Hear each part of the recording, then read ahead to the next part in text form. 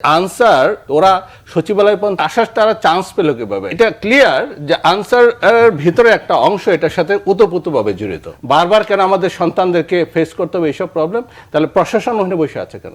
যে প্রশাসন কাজ করতে পারবে না, আমার সেই প্রশাসন দরকার নেই। এটা একেবারেই দলীয়করণ প্রশাসনের ফল আমরা দেখতে পাচ্ছি। কারণ হলো যে গত 15 বছরে মানে আপনি যার যত যোগ্যতাই থাকুক, আপনি সিভিল অ্যাডমিনিস্ট্রেশনে দেখবেন পিএসসিতে একটা ছেলে বা মেয়ে যখন তারা একেবারে চূড়ান্ত পর্যায়ে যখন তারা নিয়োগপ্রাপ্ত আমার জন্য প্রস্তুত, তখন তাকে পুলিশ ক্লিয়ারেন্সের নামে অথবা গোয়েন্দা সংস্থা ক্লিয়ারেন্সের নামে তাকে কিন্তু বাদ দিয়ে এক্স্যাক্টলি যখন জিও দেওয়া হয়েছে মন্ত্রী বা এমপি, সেটা তাকে নিয়োগ দেওয়া হয়েছে।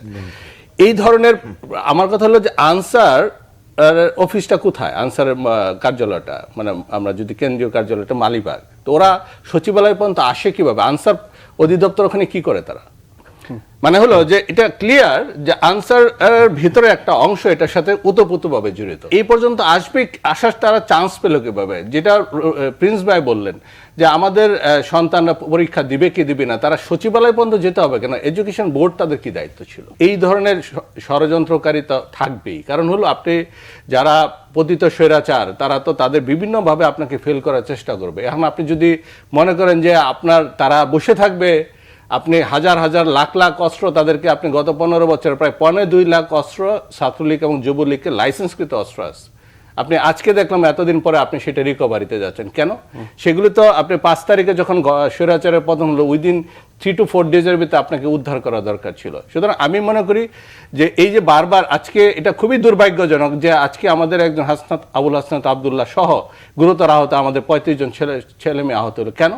বারবার কেন আমাদের সন্তানদেরকে ফেস করতে হবে এইসব প্রবলেম? তাহলে প্রশাসন ওখানে বসে আছে কেন?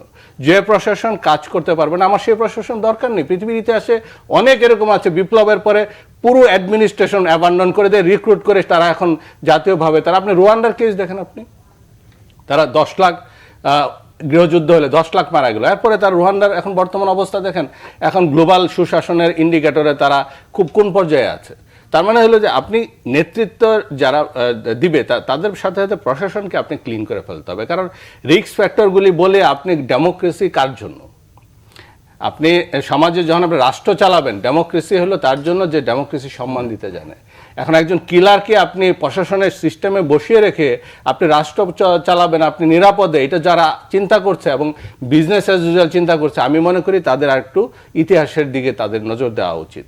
বিপ্লবের পরে যে বিপ্লবকে যারা রিস্ক ফ্যাক্টর তাদেরকে ইমিডিয়েটলি তাকে নিউট্রালাইজ করতে হয়। কারণ বৃহত্তর জনগোষ্ঠী 18 কোটি মানুষের কিন্তু প্রত্যেকের কোনো না কোনোভাবে এখানে কিন্তু স্যাক্রিফাইস আছে। আপনি তাদেরকে প্রোটেক্ট করবেন, তাদেরকে প্রোটেক্ট করার জন্য কিছু লোককে আপনাকে নিউট্রালাইজ করতে হবে যারা এখানে সারেন্ডার। বাট একই সাথে এই কথাটা আমি বলতে চাচ্ছি যে মজলুমের রক্তে জালেমের পতন হয়েছে, 1-200 না, হাজার হাজার মজলুম আমাদের তরুণ, আমাদের যারা সন্তানদের রক্তে জালেমের পতন। যারা এখানে প্রতি বিপ্লব বা অন্যান্য কিছুর স্বপ্ন দেখছেন, আপনার স্বপ্ন দেখলে আপনারা যদি কোনো ধরনের অ্যাডভেঞ্চারে আসেন, তাহলে এই সরকার বা যদি এই মজলুমের সরকার যদি না থাকে, এমন কোনো সরকার আসতে পারে যারা আপনাদেরকে নিশ্চিহ্ন করে দিবে, যেটা আপনার অস্তিত্ব বাংলাদেশের রাজনীতিতে হয়তো ফেরার কোনো একটা সময় চান্স থাকতে পারে, কিন্তু সেই চান্স নাও থাকতে পারে।